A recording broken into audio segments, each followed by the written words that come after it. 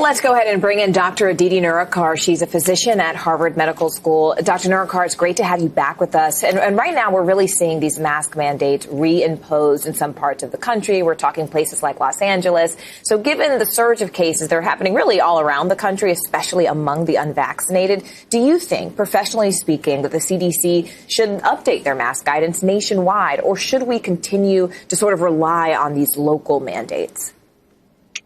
You know, I think that the CDC in coming weeks will certainly revisit the national masking strategy. But for now, I think what we're doing is a good strategy. There is such a wide discrepancy in vaccination rates across the country. So areas with low vaccination rates, we know, have high circulating virus. So it's very appropriate for them to instill mask mandates and universal masking. In other parts of the country with very high vaccination rates, it doesn't make much public health sense. But given that the Delta variant is increasing cases in all 50 states, this may be something to seriously revisit in the coming weeks.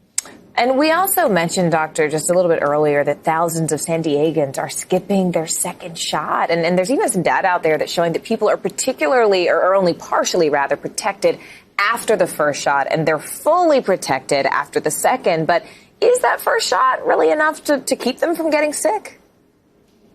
That first shot is only 33% effective against the Delta variant. And there's a big discrepancy between one shot, 33%, and two shots, which is 94% effective. I think people who get one shot, it's just a false sense of protection. You know, in San Diego specifically, since January, we've had 106,000 cases of COVID, but only 1,000 cases of COVID amongst fully vaccinated people. So that's a really key thing, especially with the Delta variant, which is the dominant strain all over the U.S. Get your second shot. It is the only way that you can protect yourself. But I guess my question then is, you know, we're seeing all these breakthrough infections and breakthrough cases among people who are already vaccinated. And it's a little scary, to be honest, for a lot of people. So how severe are those breakthrough cases?